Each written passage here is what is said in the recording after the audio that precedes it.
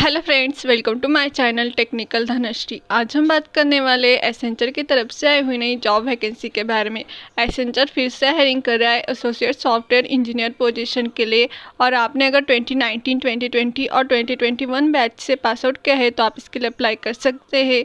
और आज के वीडियो में आपको सब कुछ बताऊँगी कि आपका एलिजिबिलिटी क्राइटेरिया क्या होगा, आपको कौन से स्किल रिक्वायर्ड है और आपको क्या वर्क करना पड़ेगा और इसके लिए अप्लाई कैसे करना है और आपका सिलेक्शन प्रोसेस क्या होगा, सब कुछ बताऊंगी इन डिटेल्स। तो वीडियो को लास्ट तक ज़रूर देखें। और आपने अगर मेरे चैनल को सब्सक्राइब नहीं किया है तो प्लीज़ चैनल को सब्सक्राइब ज़रूर कर दीजिए और वीडियो को लाइक कर दीजिए। तो चलिए वीडियो को स्टार्ट करते। सबसे पहले आपको मैंने जो वीडियो के डिस्क्रिप्शन बॉक्स में लिंक दी हुई है, आपको उस लिंक पर क्लिक करके डायरेक्ट इस साइट पर आ जाना है। वीडियो के डिस्क्रिप्शन बॉक्स में आपको और भी कंपनी के लिंक्स मिलेंगे। अगर आपने उनके लिए अप्लाई नहीं किया है तो प्लीज़ उनके लिए भी अप्लाई कर दीजिए।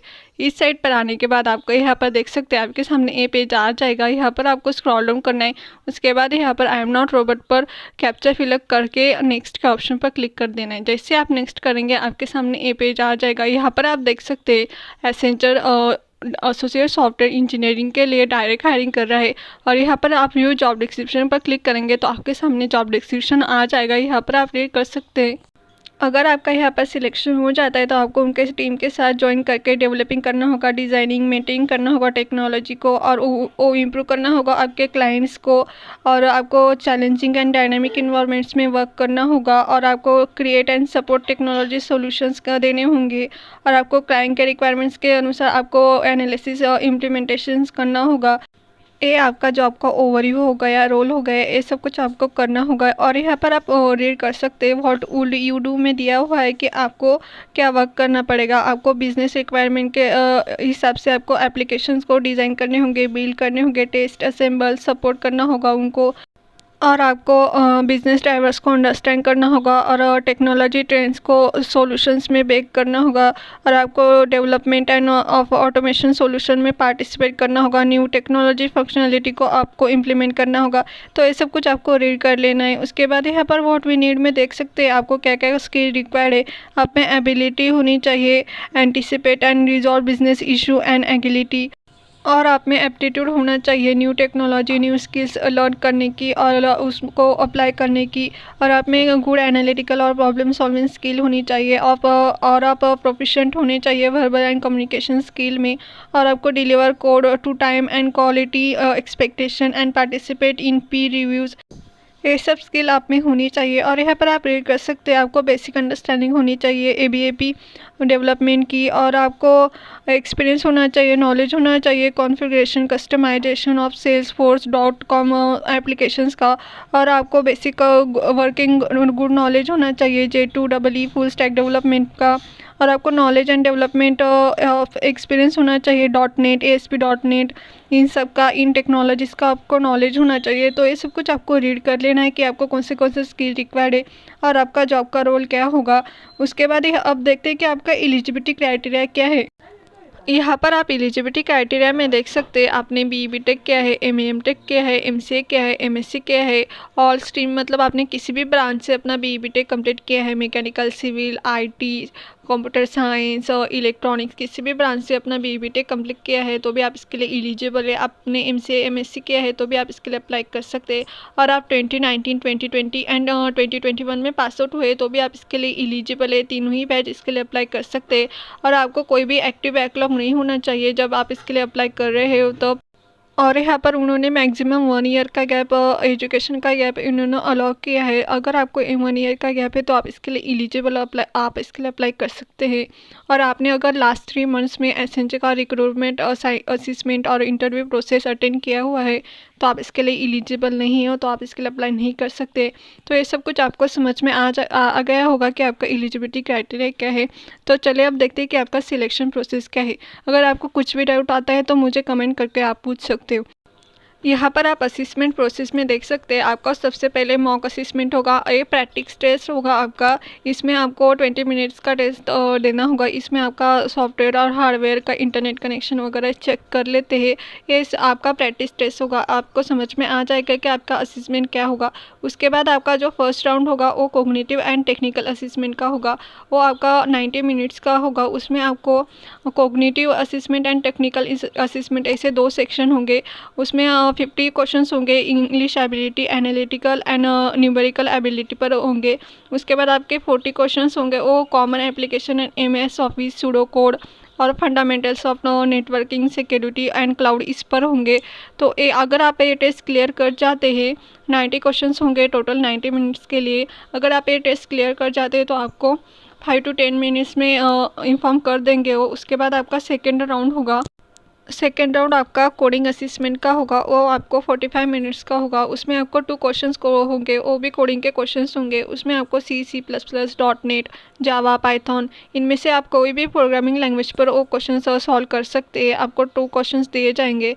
अगर आप वो टेस्ट क्रैक कर जाते हैं तो आपका थर्ड राउंड होगा, कम्युनिकेशन असिस्मेंट का होगा।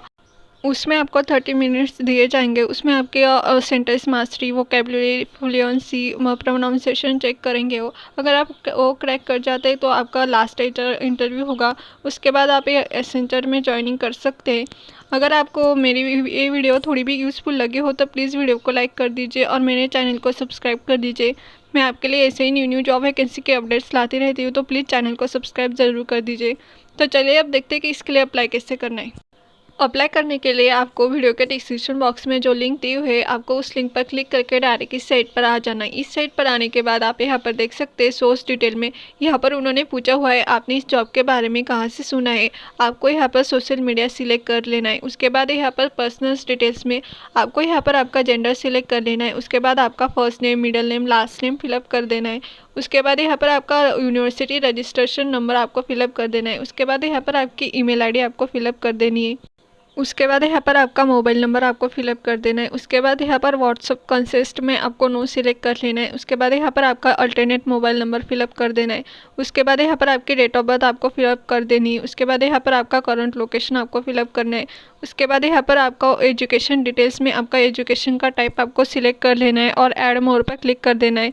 जैसे आप ऐड मोर करेंगे आपके सामने ये पेज आ जाएगा। यहाँ पर आप देख सकते हैं आपको एजुकेशन टाइप में अंडर ग्रेजुएट सिलेक्ट कर लेना है। उसके बाद यहाँ पर डिग्री में आपने कौन सा ग्रेजुएशन किया है वो आपको सिलेक्ट कर लेना है। BTech, MSc, MCA आपको सिलेक्ट कर लेना है। उसके बाद यहाँ पर आपको कॉलेज का नेम फिलअप करना है। उसके बाद आपने कौन से ब्रांच से अपनी डिग्री कंप्लीट की हुई है आपको वो सिलेक्ट कर लेनी है। उसके बाद यहाँ पर ईयर ऑफ पासिंग में आपको आप किस बैच में पास आउट हुए वो आपको सिलेक्ट कर लेना है। उसके बाद यहाँ पर परसेंटेज और CGPA आपको सिलेक्ट कर लेनी है। यहाँ पर आपके CGPA आपको फिलअप कर देने हैं। उसके बाद यहाँ पर अगर आपको 10th और 12th के एजुकेशन डिटेल्स फिलअप करने हैं तो आपको यहाँ पर ऐड मोर पर क्लिक कर देना है। उसके बाद यहाँ पर प्रोफेशनल डिटेल्स में यहाँ पर उन्होंने पूछा हुआ है कि आपके पास एक्सपीरियंस है या नहीं। यहाँ पर आपको 0 सिलेक्ट कर दीजिए अगर आप फ्रेशर्स है तो। यहाँ पर उन्होंने पूछा हुआ है आप अभी करंटली वर्क कर रहे हैं या नहीं, आपको यहाँ पर yes और no सिलेक्ट कर देना है। उसके बाद यहाँ पर उन्होंने पूछा है आपके हाथ में कोई जॉब ऑफर है या नहीं, आपको yes और no सिलेक्ट कर देना है।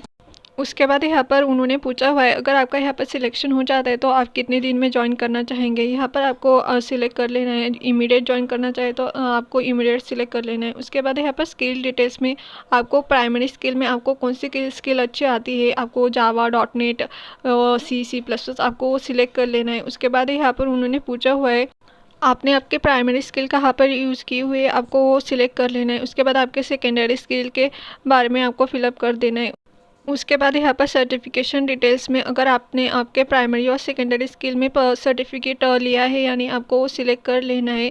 कौन सी यूनिवर्सिटी के से किया है वो आपको सिलेक्ट कर लेना है। अगर आपके पास नहीं है तो ये ऑप्शनल है, यहाँ पर कुछ मत फिलअप कीजिए।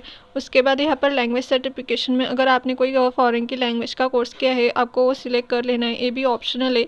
उसके बाद यहाँ पर आपका प्रीफर्ड जॉब लोकेशन आपको सिलेक्ट कर लेना है। उसके बाद यहाँ पर गैप इन एजुकेशन में आपको आपके एजुकेशन में कितना गैप है, मिनिमम 1 ईयर, मैक्सिमम 1 ईयर, आपको वो सिलेक्ट कर लेना है। उसके बाद यहाँ पर उन्होंने पूछा हुआ है आपने एसेंचर में कभी काम किया है यानी फुल टाइम का, आपको यहाँ पर yes और no सिलेक्ट कर लेना है। उसके बाद यहाँ पर उन्होंने पूछा है आपको कोई स्टैंडिंग बैकलॉग है यानी आपको yes और no सिलेक्ट कर लेना है। उसके बाद यहाँ पर उन्होंने पूछा हुआ है आपने लास्ट 3 मंथ में एसेंचर का असिस्मेंट और इंटरव्यू प्रोसेस अटेंड किया है यानी आपको यहाँ पर yes और no सिलेक्ट कर देना है। उसके बाद यहाँ पर उन्होंने पूछा है आप इंडियन सिटीजन है यानी आपको yes और no सिलेक्ट कर लेना है। उसके बाद यहाँ पर आपको अटैचमेंट में आपका रिज्यूमे अटैच कर लेना है। उसके बाद आपका पासपोर्ट साइज़ फ़ोटो आपको यहाँ पर अपलोड कर देना है। उसके बाद यहाँ पर गवर्नमेंट और फोटो आईडी कार्ड में आपको गवर्नमेंट आईडी का टाइप आपको सिलेक्ट कर लेना है, पैन कार्ड आधार कार्ड आपको सिलेक्ट कर लेना है। उसके बाद यहाँ पर PWD डिटेल्स में आपको यहाँ पर उन्होंने पूछा हुआ है, डिसेबिलिटी का पूछा हुआ है, आपको यहाँ पर येस नो सिलेक्ट कर देना है। उसके बाद यहाँ पर स्क्रॉल डाउन करके डिक्लेरेशन एंड कंसेंट में आपको यहाँ पर यस और नो सिलेक्ट कर देना है। यस सिलेक्ट कर दीजिए डेटा प्राइवेसी को। उसके बाद यहाँ पर आई एग्री कर लेना है। उसके बाद स्क्रॉल डाउन करके सभी आई एग्री कर लेना है। उसके बाद यहाँ पर सबमिट के ऑप्शन पर क्लिक करके आपका फॉर्म सबमिट कर देना है। तो ज़रूर अप्लाई कीजिए, बहुत अच्छी अपॉर्चुनिटी फ्रेशर्स के लिए। और मैंने वीडियो में सब कुछ बताया हुआ है इन डिटेल्स, आपका eligibility criteria, selection process, application process, और आपको स्किल कौन से रिक्वायर्ड है, और आपका जॉब डिस्क्रिप्शन सब कुछ बताया हुआ है। तो ज़रूर अप्लाई कीजिए। और आपको अगर मेरी वीडियो यूज़फुल लगी हो, अच्छी लगी हो, तो प्लीज़ वीडियो को लाइक कर दीजिए और मेरे चैनल को सब्सक्राइब कर दीजिए। Thank you.